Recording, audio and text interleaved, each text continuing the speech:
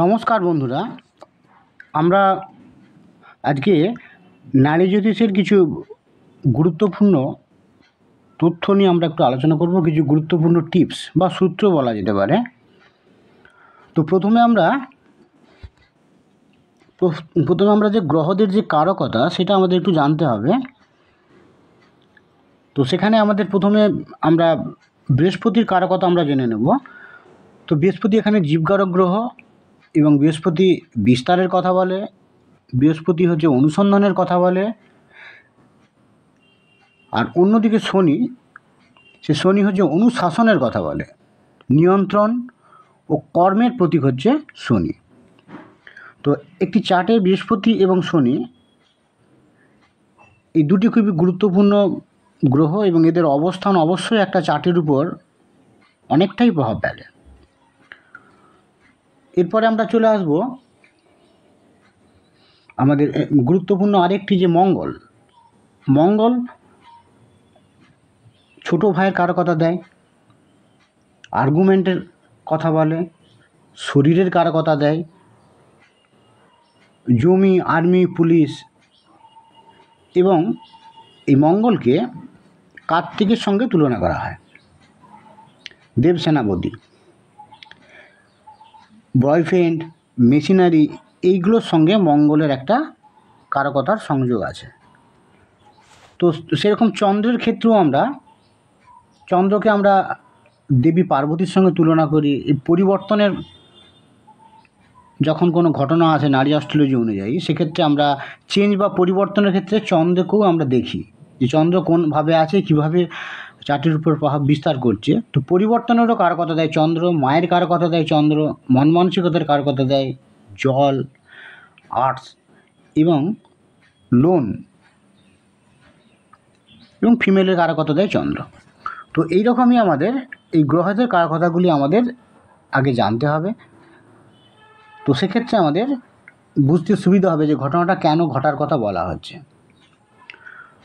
তো এরকম কারকতা আমি আগের অনেক ভিডিওতেই এই প্রত্যেকটি গ্রহের কারকতা আলোচনা করা হয়েছে। তো এখন আমরা আলোচনাতে চলে আসব। তো প্রথম যে সূত্রটি, যে রবি ও চন্দ্র পরস্পরের থেকে যদি ষষ্ঠ অথবা অষ্টমভাবে অবস্থান করে, তাহলে জাতকের মন বুদ্ধিকে তারা আলাদা আলাদাভাবে রেখে চিন্তা ভাবনা করে। মন আর বুদ্ধি যখন একসাথে থাকছে তখন কাজটার গতি একরকম হবে, আর মন আর বুদ্ধি আলাদা হয়ে গেলেই সেক্ষেত্রে কিন্তু কাজের মধ্যে তাল কেটে যেতে পারে, ছন্দ নষ্ট হয়ে যেতে পারে। তো যদি আমরা দেখি যে রবি যদি আমরা দেখি এই ঘরে বসে আছে এবং 1, 2, 3, 4, 5, 6 এই ঘরে আমরা দিই 6 এবং অষ্টম ঘর। এখানে যদি আমরা চন্দ্রকে অবস্থান করতে দেখি তাহলে কিন্তু এই ধরনের একটা অবস্থা লক্ষ্য করা যাবে, বা অষ্টমেও যদি চন্দ্র থাকে। তাহলে প্রথম সূত্রটি হচ্ছে কি না, যদি আমরা দেখি কি যে রবি থেকে, এটা তো ভিগুনন্দী নারী অ্যাস্ট্রোলজি, সেই হিসেবে কিন্তু একটা গ্রহের সঙ্গে আর একটা গ্রহের যে সম্পর্ক তার উপর বেশ করে আমরা একটা সিদ্ধান্তে পৌঁছব। তো রবি আর চন্দ্রকে যদি আমরা দেখি যে রবি এবং চন্দ্র তারা পরস্পরের থেকে যদি ষষ্ঠ বা অষ্টমে অবস্থান করে, তাহলে মন আর বুদ্ধি আলাদা আলাদা করে তারা কাজ করবে। এটা তাদের উন্নতির ক্ষেত্রে কিন্তু একটা প্রতিবন্ধকতা তৈরি করবে। সাধারণ অবস্থায় আমরা এই কথাটাও বলি যে মন আর মুখ এক করে কাজ করতে হয়।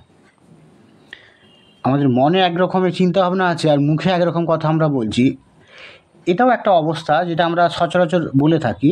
এতে করেও কিন্তু দেখা যায় কি যে আমরা একরকম ভাবছি আর একরকম করতে চাইছি, তো দুটো মধ্যে একটা সংযোগ তৈরি হচ্ছে না, কোঅপারেশনের একটা অভাব লক্ষ্য করা যায়। তো এই ধরনের যে কোনো ক্ষেত্রেই যদি আমরা দেখি যে এই ধরনের কোঅপারেশন মন আর মুখের ক্ষেত্রেও যেমন প্রযোজ্য, তেমনি এই মন আর বুদ্ধির ক্ষেত্রেও প্রযোজ্য।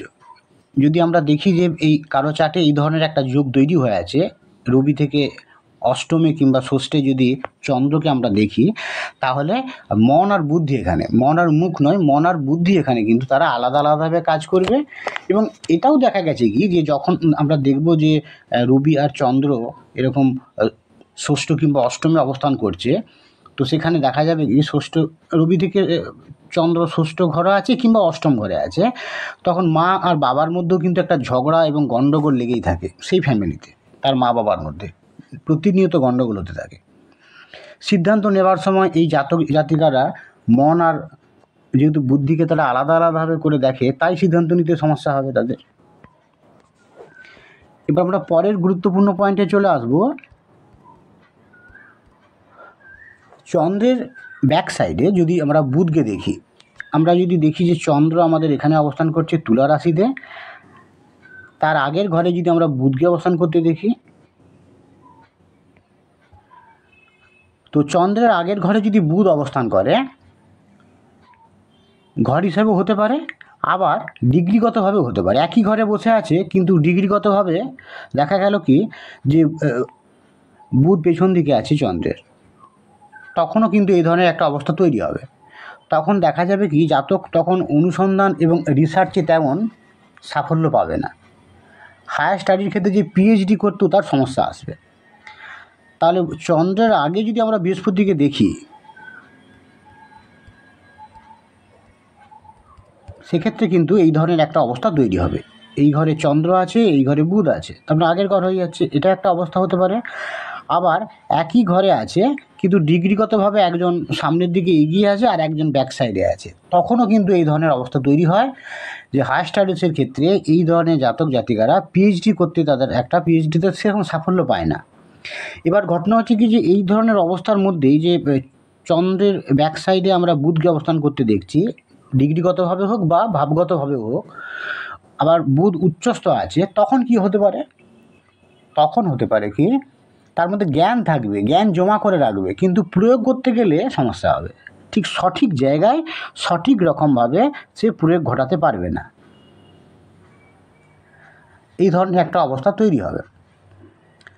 আচ্ছা, এবার আমরা পরের পয়েন্টে চলে আসবো। যদি দেখা যায় যে দশমে কারো শনি থাকে, তাহলে দেখা যায় যে নারী অ্যাস্ট্রোলজি অনুযায়ী এই জাতক কিন্তু চাকরের সাথে আগের জন্মে ভালো ব্যবহার করেনি, এটা আমাদের ধরে নিতে হবে। মানে তার অধীনে যারা ছিল, মানে আমরা বৃহস্পতিকে তো এক গুরুত্বপূর্ণ জীবঘরক হিসেবে আমরা ধরছি, তো বৃহস্পতিকে 1 নম্বর ভাব আমরা যদি ধরি, তো সেক্ষেত্রে কিন্তু এই মেষ রাশি হবে 10 নম্বর ভাব। এইখানে যদি আমরা দেখি যে শনি অবস্থান করছে, তো সেক্ষেত্রে কী হয়, দশমে কারো যদি শনি থাকে, তাহলে নারদ অ্যাস্ট্রোলজি অনুযায়ী এই জাতকের সে আমাদের ধরে নিতে হবে যে চাকরের সাথে সে সেভাবে ভালো ব্যবহার করেনি আগের জন্মে, তাই এই জন্মে জাতকের যে বস থাকবে, যে মালিক থাকবে, তার কাছ থেকে সমস্যা আসবে, বস জাতকের সাথে খারাপ ব্যবহার করবে। তাহলে জীবকারক গ্রহ থেকে আমরা এগিয়ে যাব। শনি কোন ঘরে আছে সেই ঘরে আমরা যদি দেখি সেটি দশম ঘর হয়েছে, তখন তার কর্মের ক্ষেত্রে, প্রফেশনের ক্ষেত্রে তার যে বস বা মালিক, তার কাছ থেকে এই ধরনের একটা ব্যবহার সে লক্ষ্য করবে। কারণ যখন কারো দশম ঘরে শনি থাকছে বৃহস্পতি সাপেক্ষে, তো সেক্ষেত্রে আমাদের ধরে নিতে হবে কি যে তার আগের জন্মে এই ধরনের একটা প্রবলেম ছিল, তার আন্ডারে যারা কাজ করতো তাদের সাথে ভালো ব্যবহার না করার কারণে বর্তমান জন্মে তার যাতে একটা এই ধরনের অবস্থা তৈরি হয়ে আছে, তো সেটা তাকে এই জন্মে ভোগ করতে হবে। কারো যদি পঞ্চমে শনি থাকে, পরের পয়েন্টে চলে আসছি, তখন তাহলে জাতকের সন্তানকে নিয়ে চিন্তা থাকবে, সন্তানকে নিয়ে তাকে কষ্ট পেতে হবে। মানে বৃহস্পতি থেকে পঞ্চমে আমরা যদি দেখি শনি অবস্থান করছে, তার মানে এখানে বৃহস্পতি আছে কর্কট রাশিতে, তার মানে বৃশ্চিক রাশিতে যদি আমরা দেখি শনি অবস্থান করছে, তখন একটা এই ধরনের একটা অবস্থা তৈরি হতে পারে যে সন্তান নিয়ে তার চিন্তা থাকবে। এই জাতকের যে মেল চাইল্ড যে হবে, তার ক্ষেত্রে কিন্তু আমাদের এটা কিন্তু মাথায় রাখতে হবে কি যে সে বহু দূরে চলে যেতে পারে, পিতার থেকে একটু দূরবর্তী স্থানে থাকতে পারে, এই ধরনের একটা অবস্থা তৈরি হতে পারে, বা আকাশপথে কোনো ধরনের দুর্ঘটনার মুখোমুখি হতে পারে। এই ধরনের অবস্থার মধ্য দিয়ে যেতে হতে পারে। এবার চলে আসবো বৃহস্পতি গ্রহকে নিয়ে। বৃহস্পতি গ্রহের কারকতা আমরা আগেও বলেছি। তো বৃহস্পতির যদি আমরা ব্যাক সাইডে দেখি, আগের ঘরে আমরা যদি দেখি শুক্র অবস্থান করছে, এখানে যদি আমরা দেখি যে শুক্র গ্রহ অবস্থান করছে বৃহস্পতির আগের ঘরে, এখানে যদি শুক্র অবস্থান করে, মানে এখানে বৃহস্পতি কর্কট রাশিতে বসে আছে, যদি মিথুন রাশিতে আমরা যদি দেখি শুক্র অবস্থান করছে ঠিক এই ঘরটিতে, তাহলে কি হবে? তাহলে তার দেখা যেতে পারে যে সুগার রোগে জাতক ভুগতে পারে। এমনও হতে পারে যে একই ঘরে ডিগ্রিগতভাবেও কিন্তু দেখা গেল যে বৃহস্পতি সামনের দিকে একটু বেশি ডিগ্রিতে আছে, শুক্র একটু কম ডিগ্রিতে আছে এই কর্কট রাশিতেই, তখনও এই ধরনের একটা অবস্থা তৈরি হতে পারে। তো বৃহস্পতির ব্যাকে যদি আমরা দেখি শুক্র থাকে, তাহলে তার সুগার রোগে জাতক ভুগতে পারে। এগুলো অনেকগুলো কারণের মধ্যে একটা কারণ, আরও অন্যান্যভাবে দেখার প্রয়োজন আছে। কোনো একটা কারণের উপর বেস করে যদি আমরা কোনো প্রেডিকশান করি, সেক্ষেত্রে কিন্তু দেখা যেতে পারে যে অনেক ক্ষেত্রেই হয়তো দেখা গেল যে সেটা সেই প্রেডিকশান বাস্তবায়িত হচ্ছে না। কারণ একটা সম্ভাবনাকে যদি আমরা দেখি সেটা শক্তিশালী বিভিন্ন দিক থেকে, তখনই সেটা বাস্তবায়িত হয়। অনেকগুলো কারণের মধ্যে সুগার কেন হয়, সুগার কখন হয়, কার মধ্যে হয়, তার মধ্যে একটা কারণ হচ্ছে এটা। এবার চলে আসবো আরেকটি গুরুত্বপূর্ণ, রাহুকে নিয়ে আমরা চলে আসব। রাহু ধরুন এই ঘরে অবস্থান করছে, মানে ধনু রাশিতে অবস্থান করছে।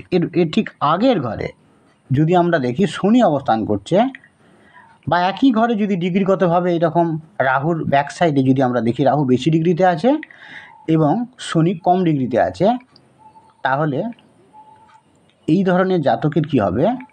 প্রথম চাকরি সেটা ভালো হবে না, প্রথম কর্মে জাতকের উন্নতিতে বাধা আসতে পারে, প্রথম কর্মের ক্ষেত্রে তাকে এই ধরনের একটা সমস্যার মধ্যে পড়তে হবে। এবার আমরা আরেকটি গুরুত্বপূর্ণ তথ্যে চলে আসব। শনির দ্বাদশে যদি রবি থাকে, আমরা এই শনির দ্বাদশ মানে এই চারটির ক্ষেত্রে আমরা কি দেখছি? সেটি হচ্ছে তুলা রাশিকে আমরা দেখতে পাচ্ছি। তুলা রাশি হচ্ছে এই চার্টের ক্ষেত্রে দ্বাদশ ঘর। তাহলে যদি আমরা দেখি যে শনির দ্বাদশে রবি থাকে, শনির দ্বাদশ মানে তুলা রাশি, তো এইখানে যদি আমরা দেখি যে রবি অবস্থান করছে তুলা রাশিতে, তাহলে কি হতে পারে? এই ঘরটিতে শনির দ্বাদশে রবি থাকলে, দশম ঘর হচ্ছে তুলা রাশি, দ্বাদশ ঘর হচ্ছে আমাদের যে এখনের কানেকশানটি দশম ঘর সাপেক্ষে নয়, দ্বাদশ ঘর সাপেক্ষে। শনির দ্বাদশ মানে এখানে ধনুরাশি হচ্ছে। তো এই শনির দ্বাদশে যদি আমরা দেখি যে রবির মতো একটি গ্রহ আছে, তো সেক্ষেত্রে আমাদের দেখা যাবে কি যে সরকারের বিরুদ্ধে সে কাজ করবে, সরকারের কাজকর্মের সে শুধু ভুল ত্রুটি সে খুঁজে বেরোবে যে সরকার কোথায় ভুল করছে, সেগুলোকে বারবার হাইলাইট করবে, সরকারের কাজকর্মকে সে গালিগালাজ দেবে, ছোট করবে, হেয় করবে। এই ধরনের একটা অবস্থা তৈরি হবে যদি দেখি আমরা শনির দ্বাদশে রবি অবস্থান করে। তো আজ এই পর্যন্তই। পরবর্তীকালে আমরা আবার এই গুরুত্বপূর্ণ যে টিপস তার দ্বিতীয় পর্ব নিয়ে আমরা আলোচনা করব। ভালো থাকবেন, নমস্কার।